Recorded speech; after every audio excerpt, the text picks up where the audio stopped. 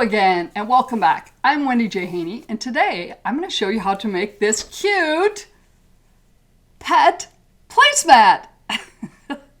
Yep, I made this one for Charlie. Charlie's a bit of a slob, and so, his doggy dishes sit at the edge of the kitchen island, and it gets kind of messy. And I had a rug under there, but the rug's too big, so then it's in the way. And when I saw this pattern, I'm like, oh my gosh, this is perfect. Charlie's gonna get his own placemat. We've had so many comments on it. And as you can see, it even has his name on it. So he knows it's for him. Not sure if he really cares or not, but also I added a little extra, and I used like kitchen drawer stuff that you put in the bottom. I'll have to figure out what the name of it's called, but on the back of it, so it's not as slippery and it kind of stays it stays put on the floor and doesn't move around. This is the perfect size for Charlie. And what this is this is a pattern from Tulip Square Patterns, and you can purchase this pattern at Annie's catalog. It's called Mealtime Pet Mats. And Kevin will put the link up here, and I'll also put the link in the description so that you can go out and get this pattern yourself. Here's what you're going to need. You're going to need fabric for the front and the back, and you're going to need, well, what did I do with it? You're going to need a piece of batting to go in between it. And you're going to need scraps of fabric. So I kind of went into my bin of scraps. I have a tendency to, these are my 3 by 3.5 inch scraps. And so that way I could go through and I could pick out colors that went well on my mat background. So I did that. The other thing you're going to need is some sort of fusible interfacing. I'm using Heat and Bond Light. If you happen to have Heat and Bond, what's the other one? It's Heat and Bond Strong or something. That'll work fine too, but you really just need the light version. Otherwise, there is Steam-A-Seam, Wonder Under. I have not used Wonder Under. I've used Steam-A-Seam before. I just happen to have this on hand when I started making it. So those are the things you're going to need. Oh, you'll also need fabric for your binding, whether you use the same fabric as your front and back, or if you decide to go with coordinating. On Charlie's, I went, with Charlie's, I went with a coordinating blue background. And as you can see, I've got scraps in here for the doggy bones and his paws and his name. So there you go. That's what you're going to need. So I would suggest you go grab that pattern first and then come on back and I'll walk you through getting this placemat made. The first thing you're going to want to do is get your scraps ready and possibly your backing fabric, your backing, both the top and the bottom also. I actually do not pre-wash my fabric at all. So all my scraps are not pre-washed. And sometimes when you're working with Heat and Bond and Steam-A-Seam and those things, there is stuff on your fabric, whether it's a sizing or something that causes the interfacing to not stick to it. And there is nothing worse than that. And it says on the package, that's the other thing, make sure you read the instructions for whatever type of iron-on interfacing you decide to go with. Read the instructions. It is very critical because each type of interfacing has a little bit different instructions as far as what temperature to have your iron on, but I'm pretty sure most of them say pre-wash your fabric, which I'll admit I'm not very good at that. But when I made Charlie's, I ran into a problem with some of my scraps. So here's what we're going to do. To get your scraps ready ahead of time, you do not, want to throw these in your washing machine, because I'm afraid if you do that and then throw them in your dryer, you're just going to have a pile of threads. You lose so much when you do it that way. All we need to do is get the sizing and stuff off of it. So I just went to the kitchen and got a metal bowl, filled it up with cold water. not warm, cold water, because I'm going to throw all sorts of colored scraps in that bowl, and I'm thinking it's not going to run, so we hope not. It shouldn't. We're not going to have them in there that long. And then I grabbed the dish soap that we use. We use an all-natural dish soap for this. And oh my, there we go. I thought I wasn't going to be able to get it open. And I'm just going to put in a couple drops. Seriously, you do not need very much. We're going to use this hand. Oh, my Band-Aid's going to get wet anyway. And then we're just going to throw my scraps in here. Yep. Throw my scraps in here. Wring them around in there. Make sure they get completely wet. And you know what? They don't need to soak, really. Just make sure they're wet. Wring them around. Yep. Yep. I'm just let this sit while I tell you what I'm going to do next. Then, empty out this bowl of water. Rinse it out. And if you want, in your bathroom sink, and maybe you want to do this in your bathroom sink. That just didn't work really well for the whole video concept here, so which is why we got a bowl of water here. But I will probably take these into the bathroom and fill the sink with cold water and rinse them and get rid of the soap. Actually, I may not even fill the sink. I may just run them under cold water. And then I'm going to just show you what I'm going to do. Then I'm going to wring one of them out. I'm going to get a towel because I don't want to put these in the dryer. And then I'm going to put my scraps out on a towel. I'm going to press them down to absorb the water. Get a nice plushy towel. One that you don't care about. I got an old one. And that's going to absorb your water. And then do this for each of your scraps. And then what I do is I go to the iron and I iron it. And the iron, don't put steam on. You don't want steam in your iron. Just a good hot press of the iron, and that will help it dry it out too. Now, you're probably still going to need to let it sit for a while before you're ready to actually use them, because you do want them fully dry before you try and start putting your interfacing on. Okay, so we're going to set that aside, and actually I'm going to go do that. So these are sitting and getting dry while I'm telling you about the next step that you can do while yours is sitting and getting dry. As our fabric is drying, and actually I took a break for lunch, and by the time I got back, my pieces are dry. What I did was the towel that I had the fabric laying on that I mushed together to get the water out, I just took that to the ironing board and then I pressed my pieces, and then I made sure I took those pieces off the towel and pressed them some more because the towel still is holding on to all that water. And then flip the pieces over, iron them a little more, and then just let them sit. I suppose I took maybe 20 minutes to go up for lunch, and by the time I came down, everything's dry and ready for me to move forward. So make sure you do that because you'll have much better luck with your iron-on adhesive if you do that. So now we're ready to cut out our shapes. And this is where the pattern has all of the shapes that you need. So in this case, it has our doggy biscuits and our balls, and obviously I have a dog at home. So my doggy placemat for Charlie is all dog related. But guess what? There's stuff for cats too.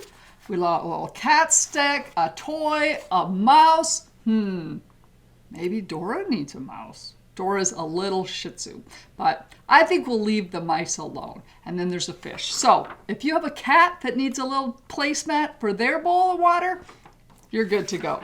You're good to go. Okay, so with that, follow the instructions on your adhesive.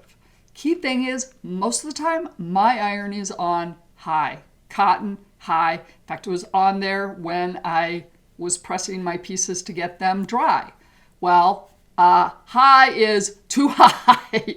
Most adhesives want this on low for the iron to silk level. So I turned that iron down, but then I also have a little iron right over here that I've got at a very low setting. So make sure you're all prepped for that, because there's nothing worse than going, I'm all set, and then go, oh, my iron's too hot. Because, you know, if it's too hot, also does not work sometimes. Okay, so what you're going to do is, I'm using heat and bond. So your heat and bond has one side that is like a shiny paper. And if you feel the other side, it's ripply. That is the adhesive side. So take your pattern that has all your designs on it, and then put your heat and bond, steam and seam, whichever you're doing, on top of it. And it is light enough that you can see through it. You're going to want the paper side up, adhesive side down. And then just trace the outline of your design you want. So of course I choose the ball, which is like crepes. You could also do this with, you know, other ways. Okay, so there I've got my ball, and now the ball has this trim. So I've got this small ball trim because Dora's a little dog. So she's going to need a little ball. We don't want to give her a big ball on there. So then, and you can get these pretty close together because what you need is just enough space to cut them apart so you can put it on your fabric. And we're going to just do one of these to show you how it's done. And then you can go and pick out what kind of designs you want. Okay, so there we go. Then using, your non-fabric scissors, just cut out, and you don't need very much room around it. In fact, especially if you're using scraps, you don't want to have a lot of extra room around these at all. In fact, I'm going to trim this down even further so that you don't get adhesive on your iron. Okay, so we're just going to trim really close around my pencil mark on that's and around the ball. Okay, now that you've done that, so you can do that with, you know, what I would suggest you do is try this on one piece that you're working with and make sure you've got it right and you're set up with your iron, etc. So we're going to go, got a variety here. I think we're going to go with a yellow ball and, should we go with that as a bone? Oh, let's do that. As I said, I have lots of scraps. So we're going to put this, and we're going to put the, and I always have to double check this. You're going to want to put this because you want, here's what will help you remember, is that you want your right side up on your fabric when you put it on your backing. So that means the sticky stuff needs to be on the back. Now, in order to get this little piece of adhesive to stick, well, you need to put it sticky side down. Because what's going to happen is you're going to iron this on the ripple side down, so your pencil marks up to the back side of your fabric. So what's going to happen is once you press this there and you get it to stick, then you can actually score the paper and it's going to be sticky again. Therefore, when you flip it over, it now has a sticky side that you can stick on your fabric. So we're going to do the first step. So I'm going to just, I've got this off to the side, and I'm just going to take this over here and I'm going to hold my iron on it for just a couple seconds. And I'm hoping my iron is hot enough. And I have a feeling it doesn't look like it is. Yeah, it is not sticking. So I'm going to have to wait or go get, let my other iron cool down. But key thing is, and the other thing is, I'll have to admit, my heat and bond is probably a little old. It hasn't been used for quite a while. That might have something to do with it. But you get it. You're going to take your iron and you're going to press on it and it's going to stick. That's the key thing, and that's one of the reasons why I had you pre-wash your fabric, because if it has sizing on it, that's another reason that doesn't like to stick. So we're going to get that to stick, and then I'm going to take my little, whoops, I don't want pink. I wanted my orange for the middle part. So I'm going to take that orange part, I'm going to put the little bow, and I'm going to iron it on right there. So once I have those sticks, I'm also going to do a few more pieces.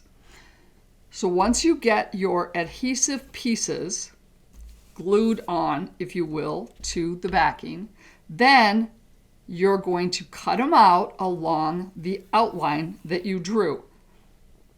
And then you're going to have your pieces. And please, at this point, leave the paper backing on. It's just about getting these on there and getting your designs all cut out.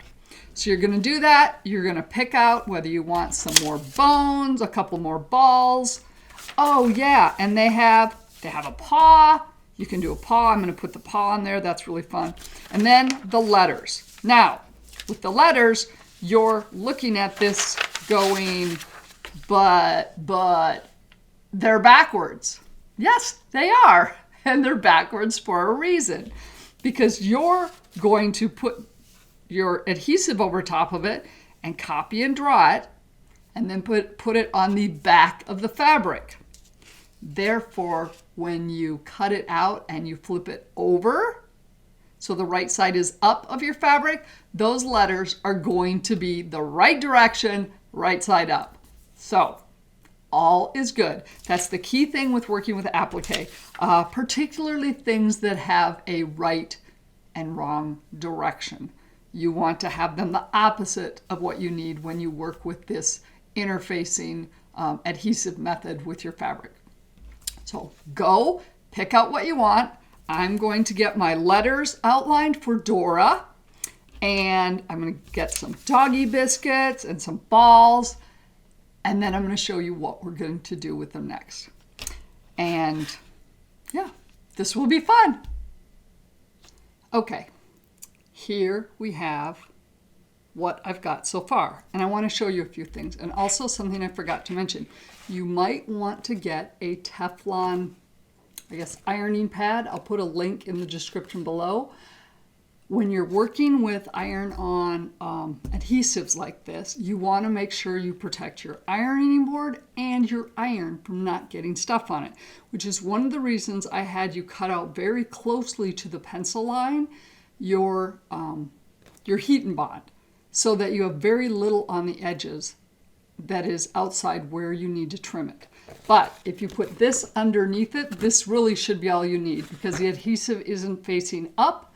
All you should need is this underneath it, and then when you're ironing on that, then if there's anything around the edges of that adhesive that's outside the edge of your fabric, it will get on this, which you can easily just rub off, and it will not get on your iron or your ironing board. So that's something that comes very handy when working with this type of, essentially an applique. And also for the letters, I did not do them and cut them out each individual. I actually did 2 at a time, and then I put them all on one piece of fabric. And so now I'm going to go back and I'm going to cut out each individual one and put it on here. And this is my doggy paw. So with that said, so then the bow of the ball goes on the ball, and I can see I'm going to need to do a little trimming so that, because the bow doesn't quite fit perfectly. So I'm going to trim that. I'm going to actually, here, what we're going to do is you take a scissors, let's see, this one should work, and you just kind of score the fabric on the back. You don't want too sharp of a scissors because you do not want to rip or tear your fabric, but you just score the paper on the back, or if you've got really good sharp nails and you can get underneath an edge and pull it, great. But sometimes that's just frustrating. So I just score it, and then you pull it off, and you'll see there's this glossy finish on the other side. That means when we put this on here, then that's sticky and it's going to stick on the ball. So what I'm going to do is I'm going to go to the ironing board, and in this case, because that, whoops, that is not my Teflon sheet. My Teflon sheet, because there might be something around the edge that gets over, I'm going to make sure I use my Teflon sheet, and then we're good. And then I'm going to trim this ball a little bit more so I don't have anything over on the edges. So I'm going to do that with the two balls that I have. So I kind of laid it out and went, okay, do I like my colors? Do I have enough color in it? Yeah, I think I do. So we're going to do that. I'm going to finish cutting out these and laying it out.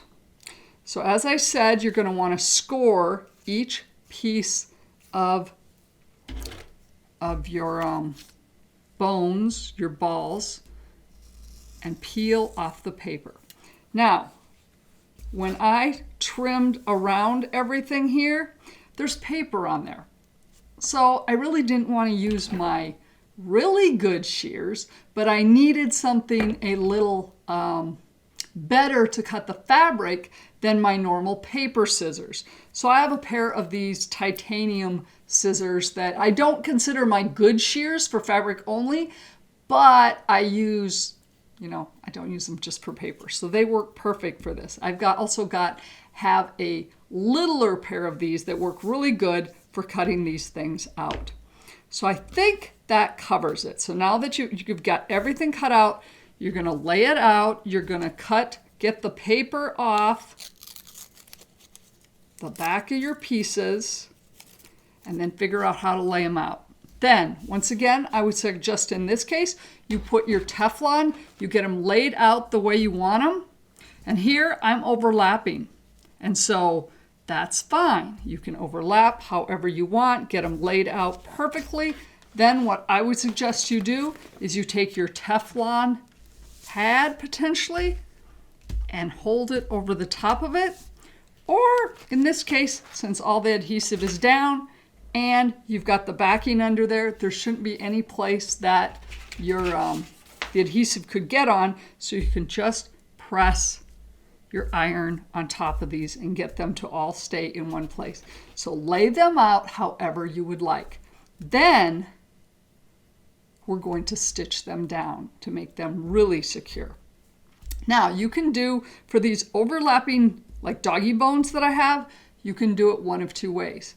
You can include these on your first press down and then just, go over top of it when we stitch it and not worry about it. Or you can keep these off on your first pass, get everything down just the way you want it, iron them down, then stitch around the bigger bones, then come back and place these on top. It is totally up to you how you want to do that. So as we move into the other steps and you can see how that works, you can decide what works best for you.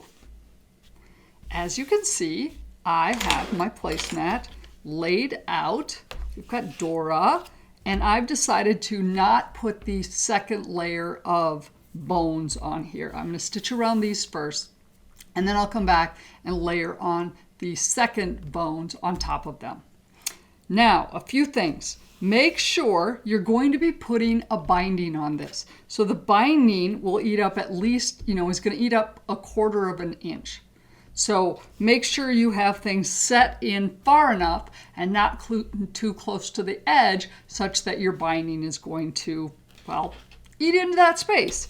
I put my letters at about 1 inch in, and I centered them, and then this time I drew a line, which means I'm going to have to wash this and rub it out to get that line off there, because the last time I did it for Charlie's got a little wonky. His letters were a little funky. So we've got Dora on there, a couple balls, bones, and the paw print. Okay, a few other things. When you're working with these letters, they have these inside pieces that you're going to need to cut out.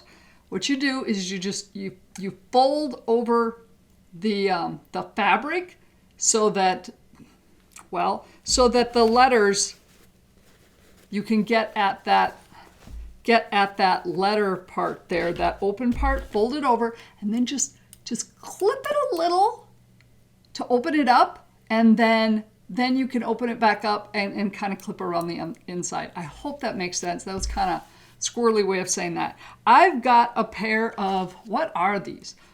Faumour Cutlery 4-inch large ring micro tip scissors straight.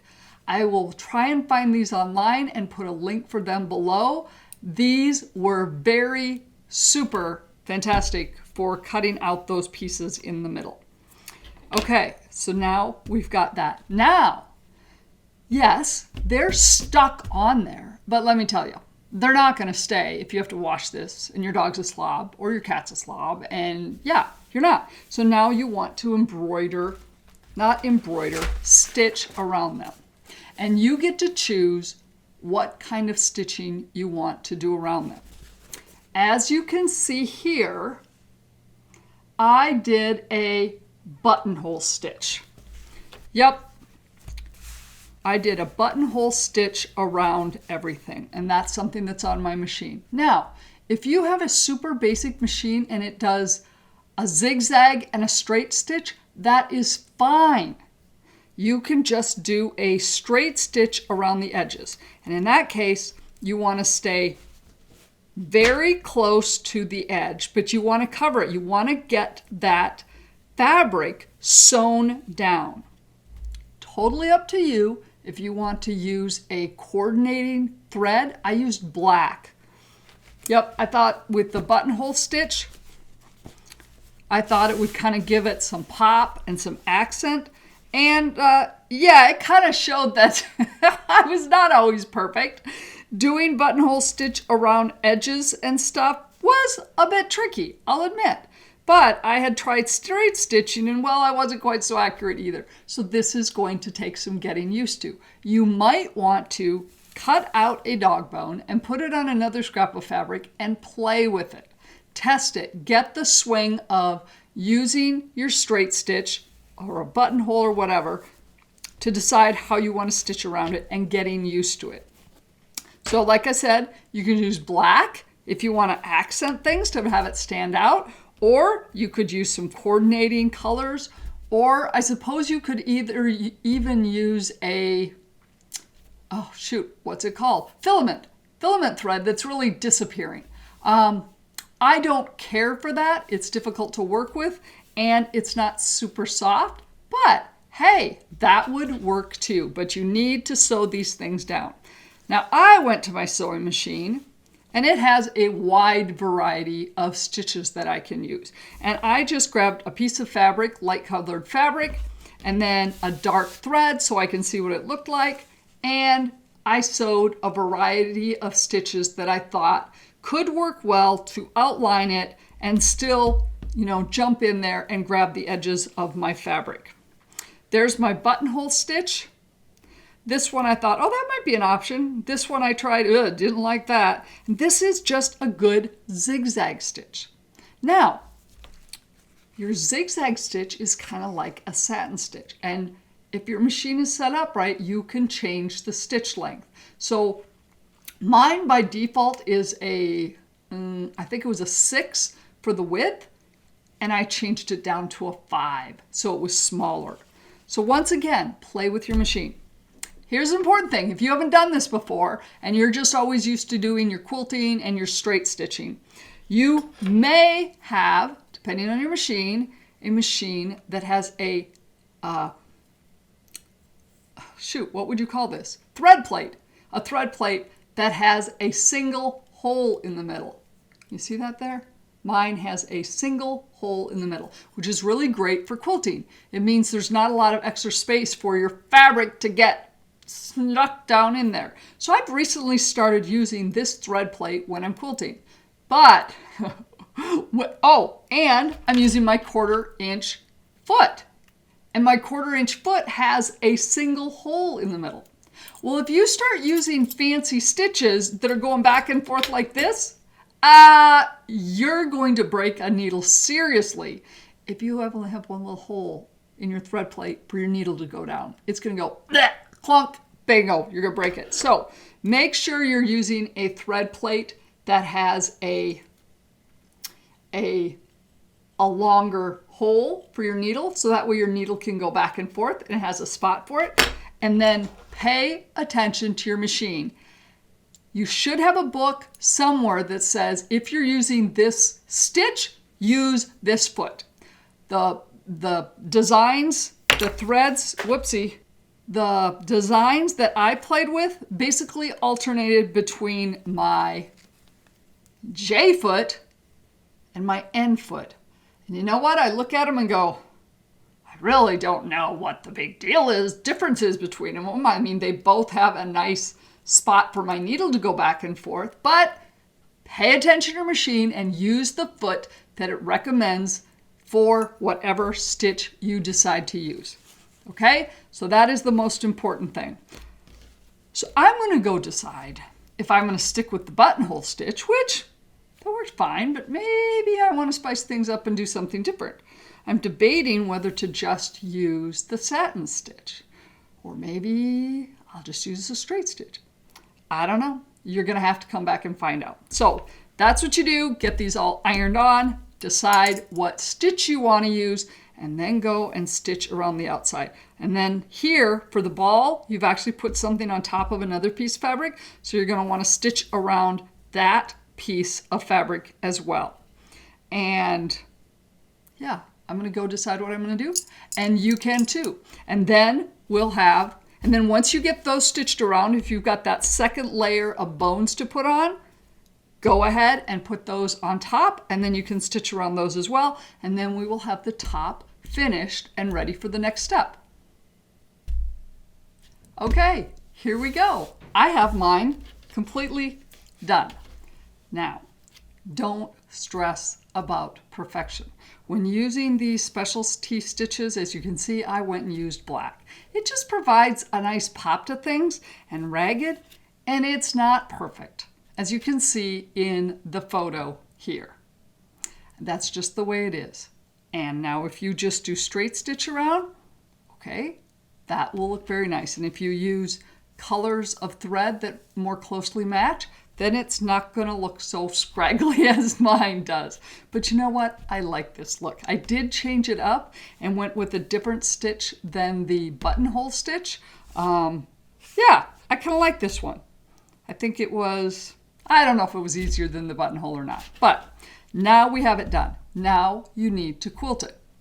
Now, if you're handy on your sewing machine with doing a meandering all over design that you can avoid the applique, great, go for it. I'm not as handy on that. I use my long arm, so I'm much stronger on using the long arm for all over. But I want to keep this simple. I'm not going to load this on my long arm.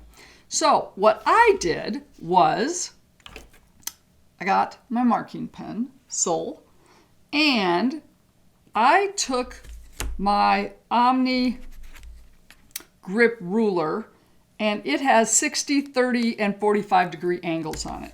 So what I did was, I think I used like the 45-degree angle and put it up next to the bottom of the placemat.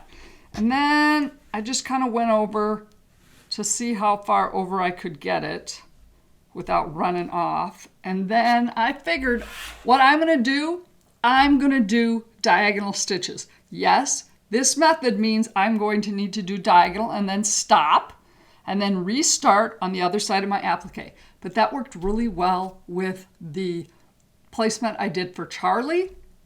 So I'm going to stick with it. And it's super simple. So if you haven't done quilting before and the thought of doing it on your machine, you're like, I don't think so. Don't worry about it. Get out your walking foot and do this method. You're just stitching a straight line with your walking foot, so it's no big deal. Okay, so I did that, and I figure I want my lines about 2 inches apart. Okay, so I took my other ruler and set it next to it and went, okay, so 2 inches is going to be about there, which is good. That's about a good mark to get my 2 inch up there. So I'm going to do that. and I'm going to draw my lines. Yep. Then from there, I can use this ruler and put it on my line that I just drew and get 2 inches. So now I get this other line that I couldn't do because my ruler wasn't long enough. Okay? Now I've got my start of my lines. So then I'm going to just keep using my ruler and lining up the 2-inch and continuing to draw my stitch lines. So these, essentially, I'm drawing my quilting lines. And I'm going to do one more and then we're going to move forward here. Okay, whoopsie, whoopsie. I need it long enough to go out to the edge there. So there's my 2-inch, 2-inch, okay. Okay, so I will mark the rest of it later. But basically, this is what I'm doing. I'm drawing my lines for my quilting. Now, what you're going to do then is after you get your lines drawn, or however you decide you're going to quilt it, if you don't need to make markings, that's great. Then you're going to take your back fabric and your batting that you should have already cut to the size you want your placemat. And the pattern gives you 3 sizes that you can use for your placemat. But guess what? You can cut them any size you want.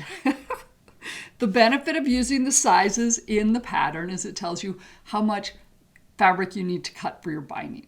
So, okay, that makes it kind of handy. But in general, though, it really doesn't matter. So we're gonna get my batting all nice there. And then we're gonna put the top on top of it. Okay, so you get the point. Oh, we got little threads here. You get the point. You're going to layer those all together.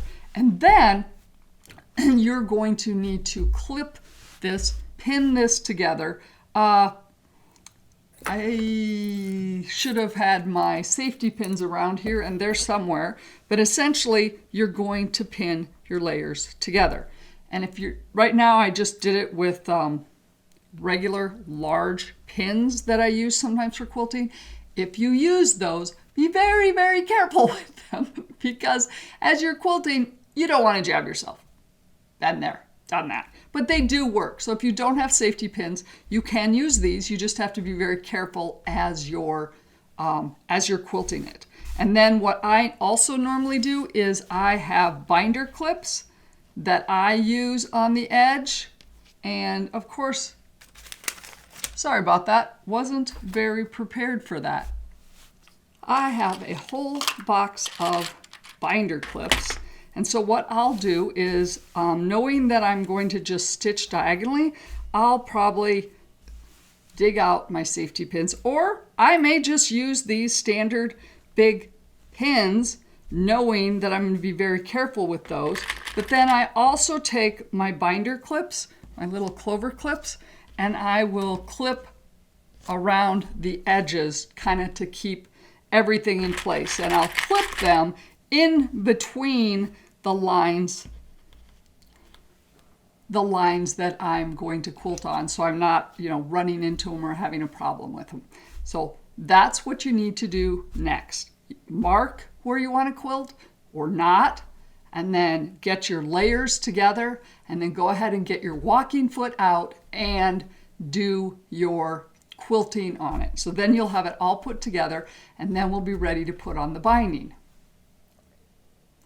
Now that you have your placemat quilted, we're ready to put on the binding.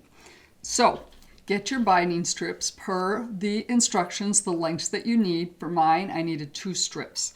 So and I'm showing you this with 2 different colors of fabric to make it easier for you to see what I'm doing.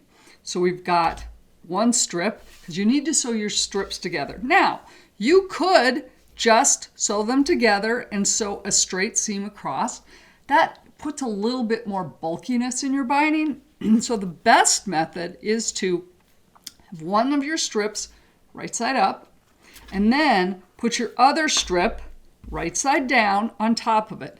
And it doesn't need to be right next to this edge. I actually find it easier to do this if it's slightly away from it. Because what you're going to do is, notice, I don't have these, I have these, let's see, perpendicular? No. Anyway, never mind. We've got them opposite directions.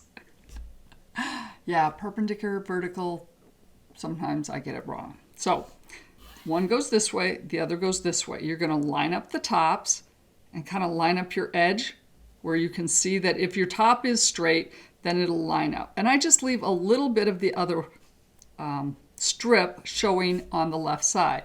Then take a ruler and line it up corner to corner. So your corner here of your top piece to where it intersects with your bottom piece of fabric. And basically this is going to be the angle that you need to sew. And this is also shown this way in the pattern. And then take one of your markers, your fabric markers. I use a friction pen here, but I've also got my sew line that I use. So there we go. There is the line we're going to need to sew on. So you're going to want to pin this and make sure you have this on there accurate. Then go to your sewing machine and stitch on the line. And what's going to happen then is when you're done, you're going to fold this over and it's going to be just like that. Nice even edges and a nice fold in your binding that is not bulky. And then what you'll do is you'll just cut 1/4 inch away from your seam on the back. And there you go. Now you have a big, long binding strip. Then, I already have mine done. I'm going with blue again. And so, then you take your binding, and for you, it will be like this. And you're going to fold it in half, wrong sides together. Yep, wrong sides together. Then, you're going to get your placemat, and I usually start with a little bit left over where I'm not doing anything with it, and I start it in the middle here. And so you can either use binding clips to hold it as you go to the machine, or go ahead and use pins. And I know some people don't even pin it. They just go to the machine and feed this through as you go to the sewing machine. So then you're going to do that and you're going to sew, you're going to sew 1/4 inch. And then you're going to stop 1/4 inch in from the edge. And if you want to, eventually you'll get to used to where you can kind of judge where that is. But if you don't always know for sure, let's see, how do I do this? I put a little ruler there and I put it where it's 1/4 inch down and 1/4 inch in. And I get my little marker and there. I just mark it with a little dot. There's my 1/4 inch, because if I'm sewing 1/4 inch here, I should hit it. And then this is 1/4 inch in from that edge. So you're going to get there and you're going to stop sewing there. Then you're going to fold your binding up such that you've got your angle and that this edge of your binding is straight up from here. And then you're going to fold it down back over the other. And so essentially you've folded it in a way to keep, you've got an angle under there, so that's going to be out of the way and you're not going to overstitch that. And then you're going to come here and at that 1/4 inch in mark and down, you're going to start stitching and get 1/4 inch again. And then you're going to do that all the way around. And then once you get about here or so, we're going to stop, because then I'm going to show you how to connect the dots, so to speak, connect the binding pieces. So it's a cool way to get it finished nice and neat. Now that you have your binding sewed on, we left a pretty good tail over here on this side, and I did the same over here. So I got a pretty good distance that we haven't done anything with. Now, in order to complete your binding, you can do this a variety of ways. With a tool, without a tool, I have several binding videos available for you if you want to try a different technique. I'll leave those URLs in the description so you can easily find them. But I'm going to show you how they're showing you in the pattern. Okay, so what they want you to do is overlap. They want you to have an exact overlap of 2.5 inches.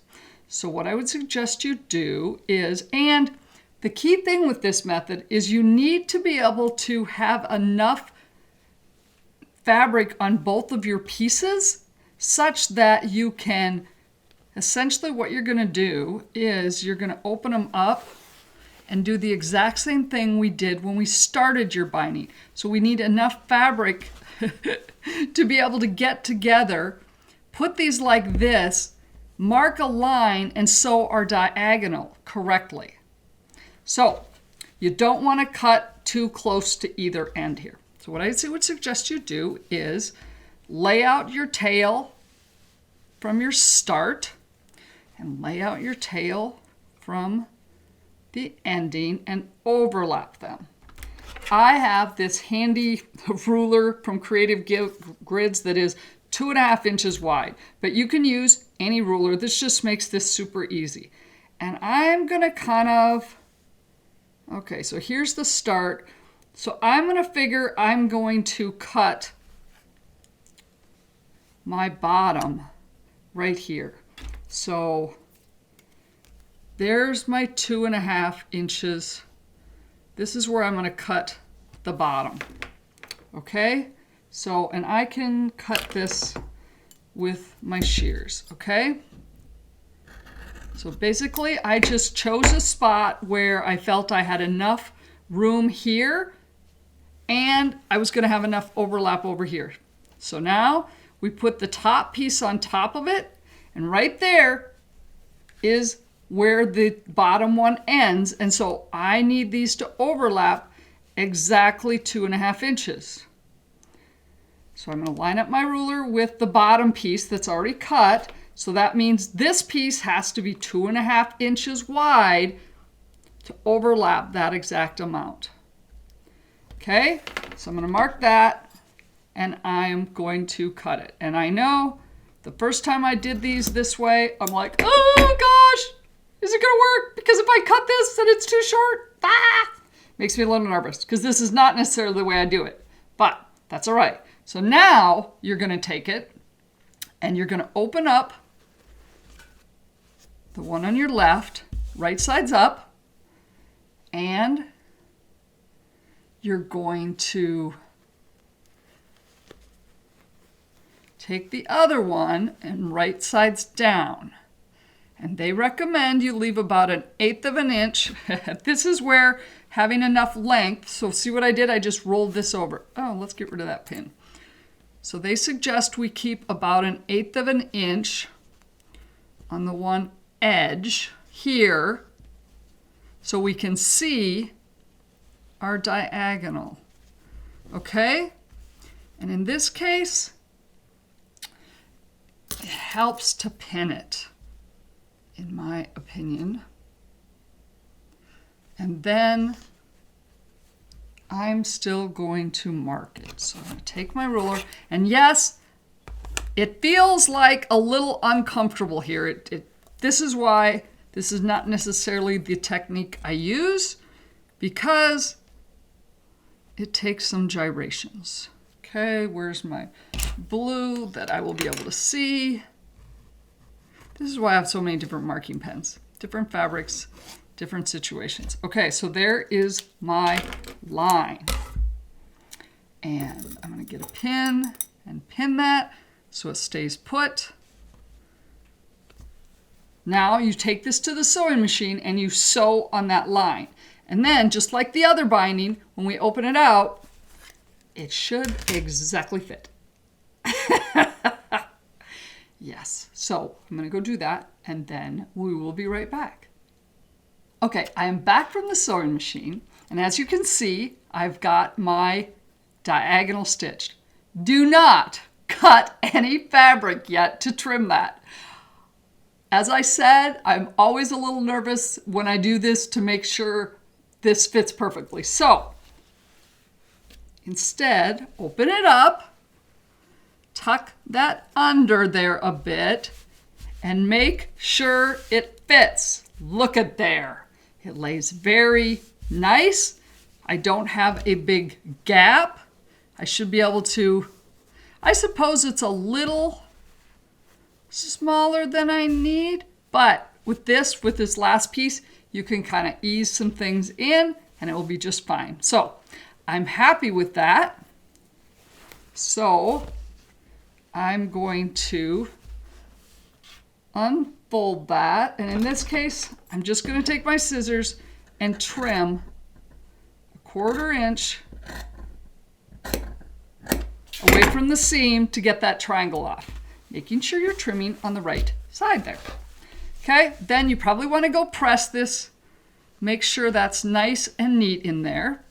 Then come back and ease this last piece of the binding onto your piece, your top, and then finish stitching a 1/4 inch all the way around.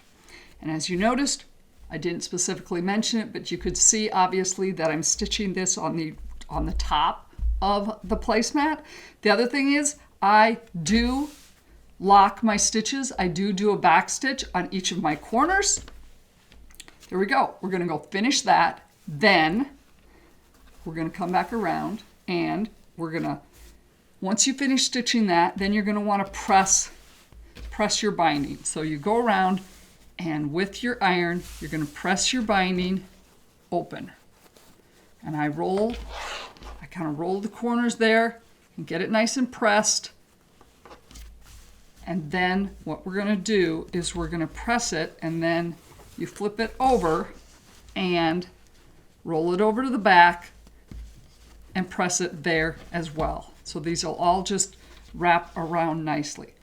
And as soon as I get done with mine and get it all pressed, I'll come back and provide some thoughts on how to finish the binding on the back. Now that you've ironed, pressed your binding, what I do is I flip it over and I press it again. But what I'm doing is there are a couple ways, yes, kind of 2 ways to finish your binding.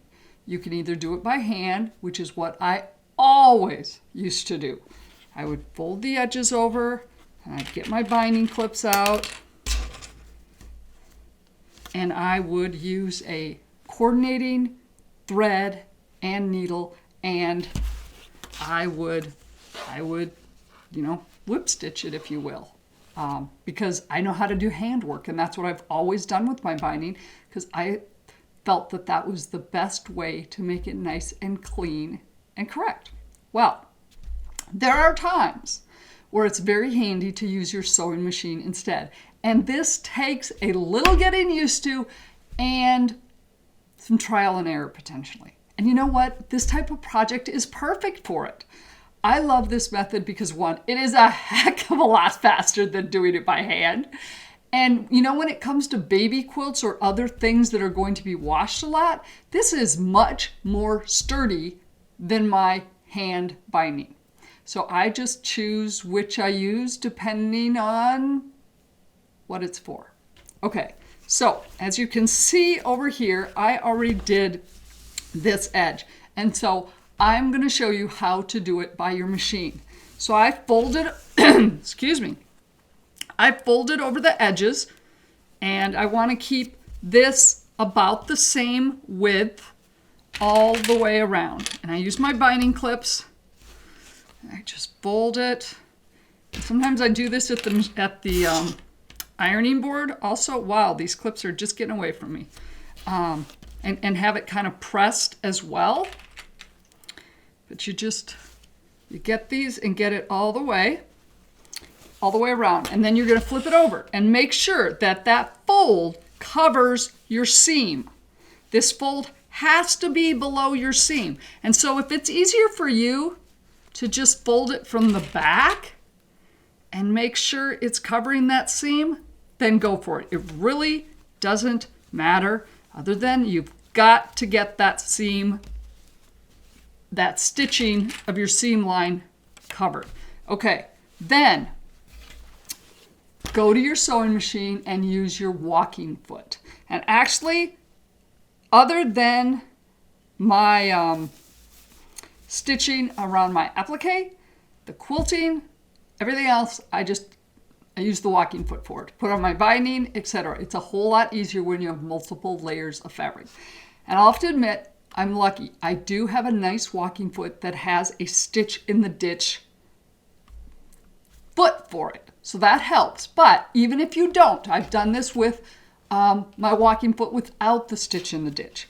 You're going to come to the top then after it, and you're going to put your needle down right in the corner, making sure, there's the other thing, and I'll have to take a picture of it and show you that the corner here, this is the side I already finished. You're going to put one edge in and fold the other over it. Okay? So you're going to have a nice edge seam there on the bottom.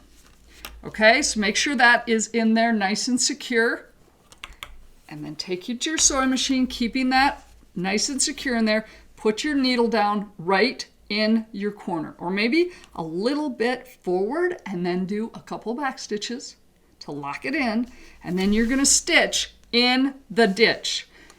And this is why it's important that on the back, that this seam, the edge of your binding covers the seam, because essentially you're going to sew exactly on that seam line. So just go through, and then as you get forward, take out your clip, keep moving forward, making sure this is nice and pressed out so you're right there in the ditch. Right there in the ditch. So in this case, I'm using black thread. Because the blue is dark enough and I really don't care what it looks like on the back. And you're going to do that all the way to the corner on the end. Once again, make sure this corner fabric is down as well and nice and covers your seam as well. Because sometimes this is the edge where at this point right here, all of a sudden it gets out of the seam. Because if you'll notice here, as I finished up, I let this fabric loosen and my stitch didn't quite cover it. So I'm going to have to redo that. This is why I say it takes practice. So as you finish each edge, flip over to the back and go, okay, did I get all of the binding caught up in that stitch or not? And if you didn't, kind of usually what I do is, so in this case, I'll probably mark it like right here. And then I know it's to the edge, and then I can wrap this over it again and hold it there. And I'll probably want to pin it, because otherwise the same thing is going to happen and it's not going to get in. And then I'm going to go and I'm going to stitch that again to get that seam locked in there. And you might have to do that a few times. But as long as you're stitching in the ditch on the top, you won't see it, especially if you're using a coordinating thread. And you know what? If you do see some of it, I know every once in a while, like here, it's like, oh, there's my seam. It's okay. It's a placemat for your dog or cat. This is the perfect project to try out some of these new techniques on. So I am going to go and finish my binding, and then I'll show you the last thing that I did as well. Ta-da! Yep, all done. There we go. It's got Dora. Isn't that pretty? And then on the back, we've got our stitching around, which, you know, it looks pretty decent. You know what? And that's all that matters right now. Now, this is not in the instructions, but my fear was that depending on how far this sticks out away from your doggy bowls, your cat bowls, wherever you're putting this, you don't want it to slip on the floor if somebody should you know, I don't know, bump it. So I thought it might be handy if we put something something that would grip the floor and make it not slide as much. So I just happen to have some of this drawer non-slip drawer liner. I don't even have the label on it, so I'll have to check on Amazon and see if I can find it. But basically this is non-adhesive, it's kind of spongy, and you put it in the bottom of a drawer to keep your, you know, I have things in my kitchen drawer for my silverware or whatever, and this helps it kind of stay put and not slip around. So what you could do is you could cut a piece of this and trim it up so it's slightly smaller than your placemat. And then what I would do is I'd kind of use my grips again, my clips, and clip it here. And then I would flip it over, and I'd, once again, using my walking foot, I would stitch around the inside of the seam. Stitch in the ditch where you did for your binding to secure this non-slip backing on your mat. Now, you could do that if you wanted as part of your binding process and put this on your back the same size as your backing, and then just wrap your binding around it and capture it all in at the same time. I didn't do that at the time because I didn't think of it, and it just adds another complication if this is the first time you've ever done the binding where you've wrapped it around to the back. And once again, the back really is not critical to be super pretty because it's going to be sitting on the floor and nobody's going to see it. Whatever liner you get, you want to make sure it's washable because yeah, if your dog or cat's a slob like mine is, you're going to be washing this occasionally, or at least, you know, wiping it off to keep it clean. So there we have it. You can decide whether you want to put a liner of sorts, non-grip, non-stick, whatever, a grippy back or not. And then you're ready to use this for your pet. I hope you found this helpful. Once again, the link to the pattern is below, and that will have everything you need as far as instructions and designs to use for your mat as well as your lettering. Well, after I wrapped up my video, I realized there was something else that I wanted to share with you. At the very end, I talked about putting a kind of a rubberized backing on your pet placemat so that it wouldn't slip around on the floor as much.